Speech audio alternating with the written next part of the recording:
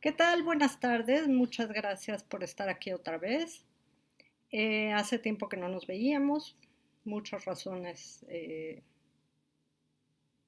fueron parte de este periodo de desconexión, pero ya estoy aquí de vuelta. Espero ustedes también. Y hoy voy a compartirles un texto que escribí como escrito introductorio para el catálogo de una exposición que curé en 2008 para el Centro Cultural de España, cuyo título fue Vértigos y Delirios. La exposición formó parte de los eventos de conmemoración de los 500 años de la escritura del Quijote de la Mancha.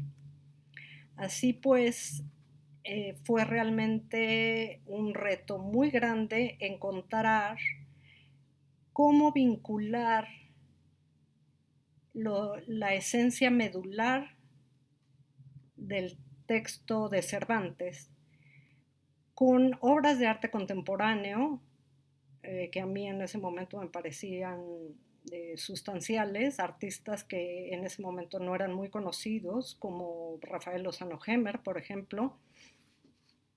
Y mi manera de vincular tanto la propuesta de la exposición como la lectura del Quijote y el simbolismo y la pertinencia histórica de recuperación de uno de los principales elementos, si no el principal, que anida esta lectura, está en la locura. Lo encontré yo en la exploración del concepto de la locura a través de la historia.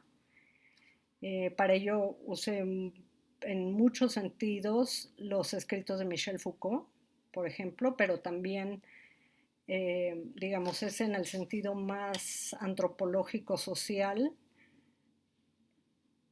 pero la lectura de los textos que hice tratando de contemporaneizar y releer el ser en un estado alternativo de conciencia que es catalogado como locura o ha sido catalogado como locura de muy distintas maneras a lo largo de la historia. Han ido desde, como les digo, evidentemente empezando con la lectura de Cervantes, pasando por lecturas antropológicos, sociales, históricas, historiográficas como las de Michel Foucault, hasta poemas o cuentos cortos de Elizabeth Bishop, quien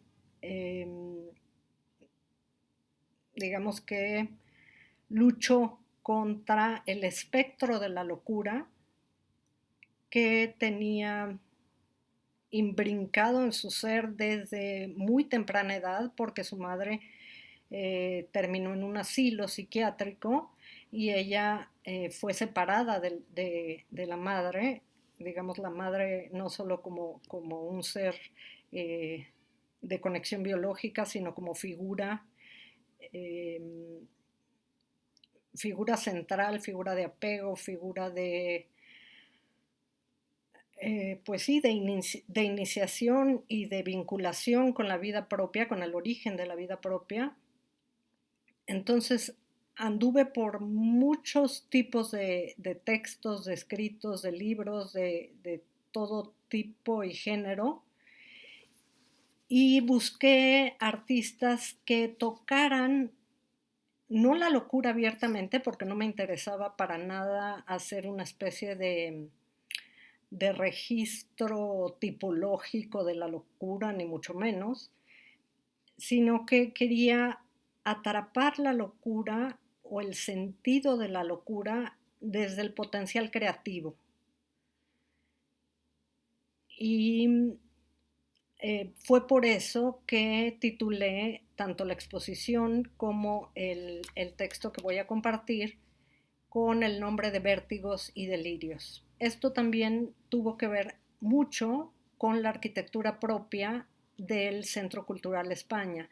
Pues es un espacio de 4, 5 niveles y la encomienda era utilizar todos los espacios que yo quisiera o todos los espacios que pudiera inundar. Y esa fue mi intención, inundar el espacio no solo con las obras, sino que durante el recorrido de los distintos espacios, tanto salas como escaleras de uso público, como el espacio libre de triple altura, en el que normalmente no se utilizaban obras, no se colocaban obras, como el vestíbulo.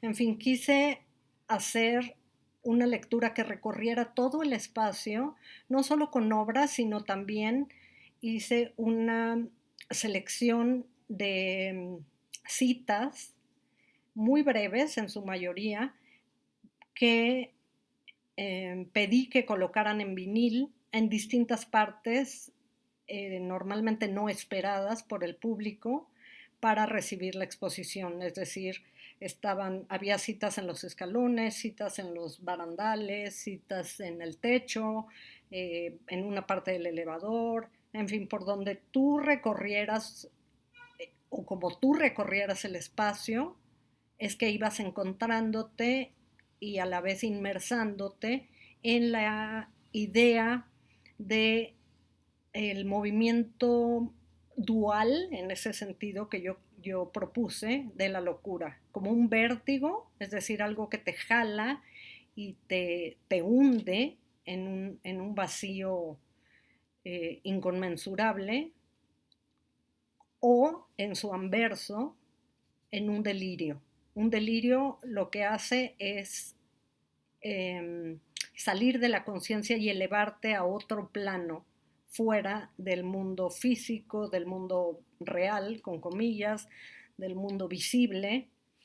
Y enlazando estas dos concepciones es que quise encontrar en el espacio y vincular el espacio mismo arquitectónico con la propuesta curatorial. Entonces vamos a leer el texto. Necesito un poco más de luz porque la tipografía es realmente pequeña.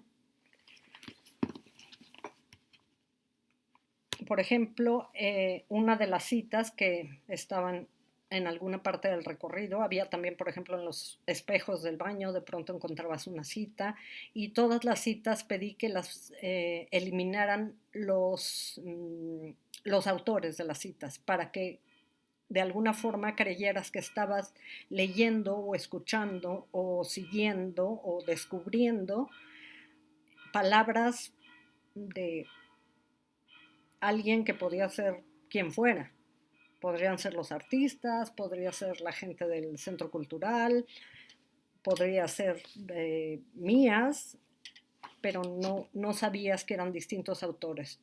Al final de la exposición, en la tienda había una lista donde se detallaban las fuentes de cada una de las citas, pero la idea era que tú fueras encontrándote con la escritura de distintos autores, de distintas voces, como sucede en una mente, como puede suceder, normalmente decimos en una mente enloquecida, o podría ser una mente esquizofrénica, pero realmente es algo que nos pasa a todos, creo, todo el tiempo, escuchar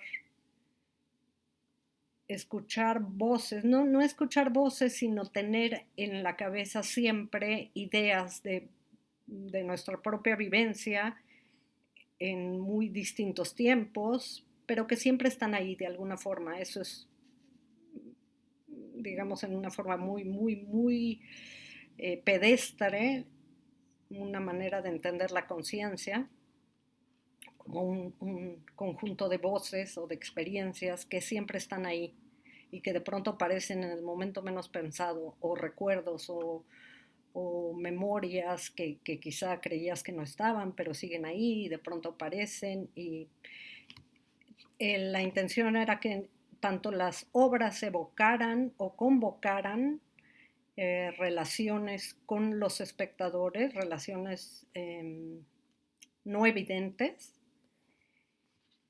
Y también esa fue una de las intenciones de no hablar de la locura como tal, porque sería lo más, digamos que lo más sencillo para hablar del Quijote de Cervantes es pensar en la locura como una especie de categorización estática, y justamente lo que quise, tanto en el movimiento de la exposición como en el movimiento del espectador que entrara a la muestra y recorriera estos espacios, tanto los expositivos como los no expositivos, es que encontrara ese recorrido interno propio y que se pusiera a dialogar con sus propias vivencias. Eso era muy, muy importante. Partamos de la idea de que el personaje central de Don Quijote de la Mancha cae en brazos de la locura por la lectura continuada, repetida y fervorosa de las novelas de caballería de su época. Lectura excesiva que deviene incapaz de escapar a los límites de la narración, atrapando al personaje preliterario, es decir, un personaje que aún no cae en las taramas de la literatura, personaje preliterario aquí y para efectos de orden en el análisis estaríamos aislando al Quijote de la primera parte del libro del Quijote de la segunda parte de la novela, donde él mismo es a su vez referenciado por otros ya como personaje literario. No olvidemos que en la segunda parte de la novela algunos otros personajes lo reconocen a su paso por decirse haber leído ya la primera publicación de sus aventuras. Es así que dentro de la trama misma de su ser literario encontraremos al Quijote dentro y fuera.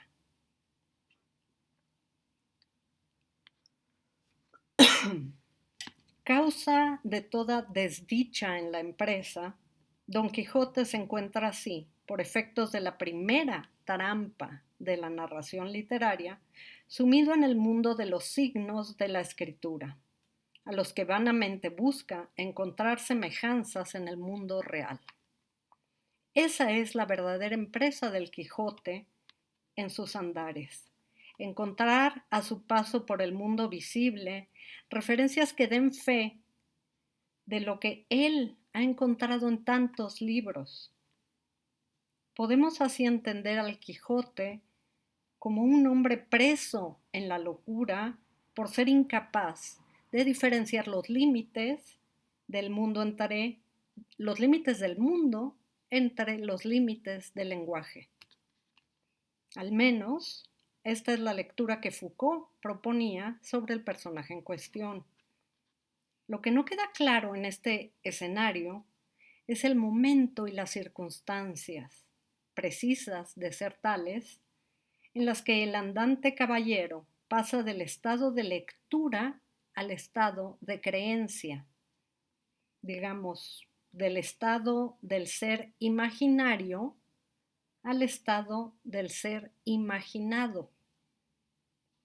¿Cuál es la verdadera causa?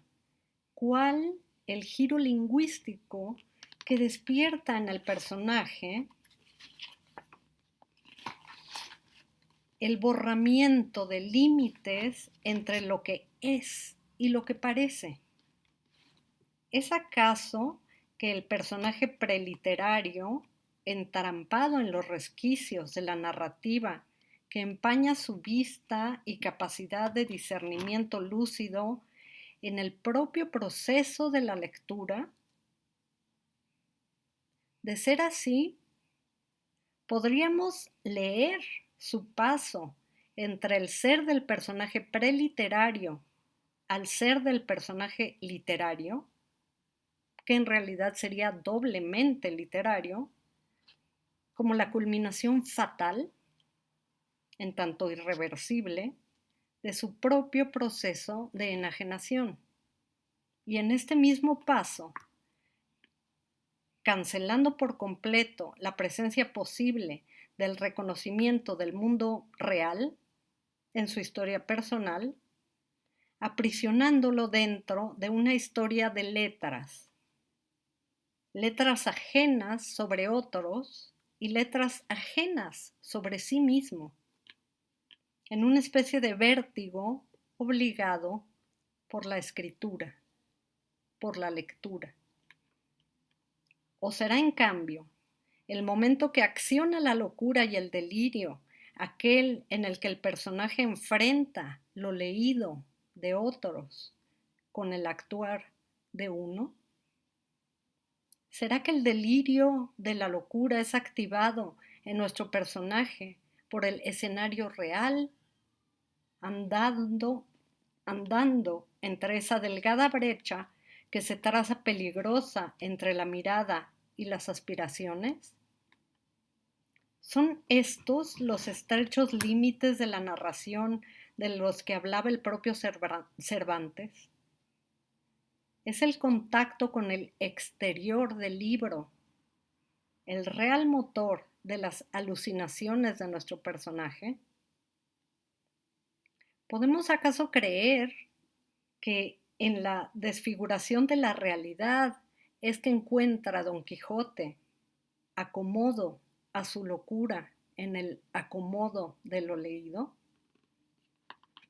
De cualquier manera en que se pueda diagnosticar el momento literario de presencia de la locura del personaje que nos atañe dentro de su propio relato, en ambos casos, la inquietud estaría situada sobre la realidad visible del mundo real en su independencia de lograrse, del mundo de la narración y del lenguaje.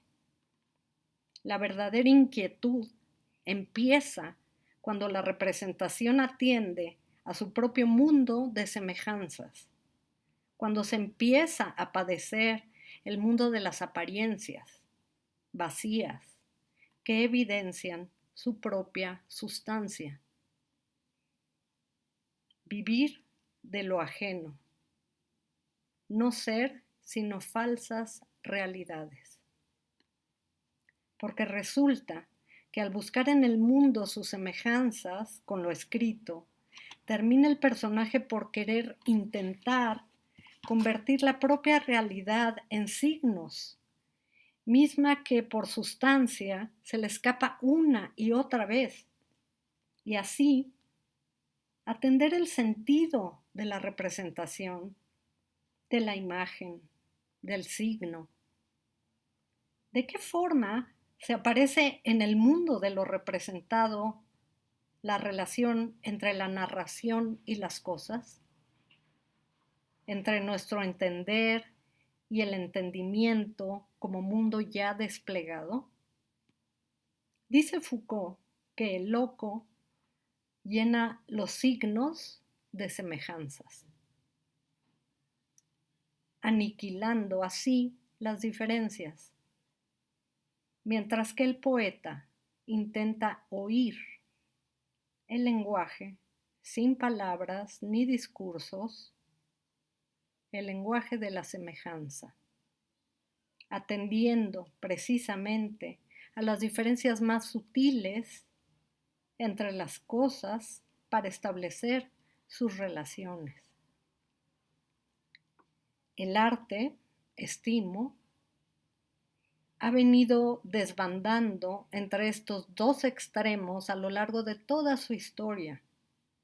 Eso sí, con una vértebra siempre en común: el delirio dispuesto en el creer que se puede entender el mundo a partir de la similitud como apariencia por despertar.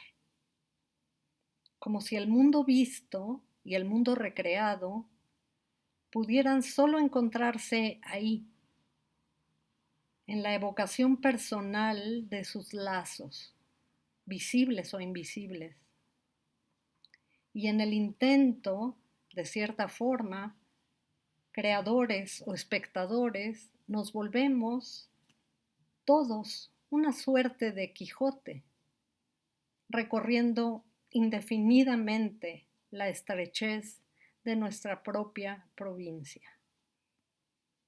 Hablemos aquí de delirios. Hagámoslo entonces como una de las posibilidades de la locura de quien vela,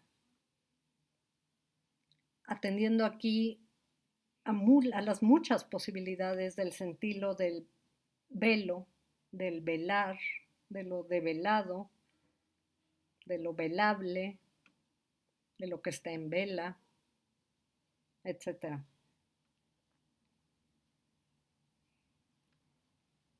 Hablemos aquí de delirios, de la locura de quien vela al mundo o de quien vela el mundo, con la aspiración de sus apariencias infundadas, haciéndole perder algo de su solidez. Hablemos de los juegos de la mirada sobre los objetos de la percepción. Hablemos del encuentro con el mundo desde el lugar del como si, del que hablara Derrida, desde el lugar de lo parecido. Hablemos también del vértigo de la escritura, encerrada sobre sí misma, del personaje como conciencia y expectativa de su propio ser en narración, y sin embargo, ya narrado. Hablemos de la representación que se desprende de lo representado, ya por el solo medio que la encarna, ya por su carácter de signo difuminado. Hablemos del trazo como prolongación posible de nuestra presencia en el mundo. Si asumimos, como dijera Regis Debray, que las palabras nos proyectan adelante, las imágenes hacia atrás. Y declaremos algo similar para la representación en función de su ser semejanza. Podremos imaginar quizá algunas de las posibilidades de la distancia entre el vértigo y el delirio. Esto sería todo por hoy. Muchas gracias y si les interesa esta lectura y bien continuar con el tema, por favor déjenme un comentario y estaré de lo más agradecida y encantada de compartir el texto curatorial de Sala. Pues este fue, como les comentaba, el texto del catálogo, inicial del catálogo de la exposición. Muchas gracias a todos quienes escuchan y muchas gracias a todos los que fueron parte de ese maravilloso proyecto que fue una locura de montaje y creo que cumplió con todas los requisitos en vértigo y en delirio que pudiera requerir un personaje como el creado por Miguel de Cervantes. Muchas gracias y buenas tardes.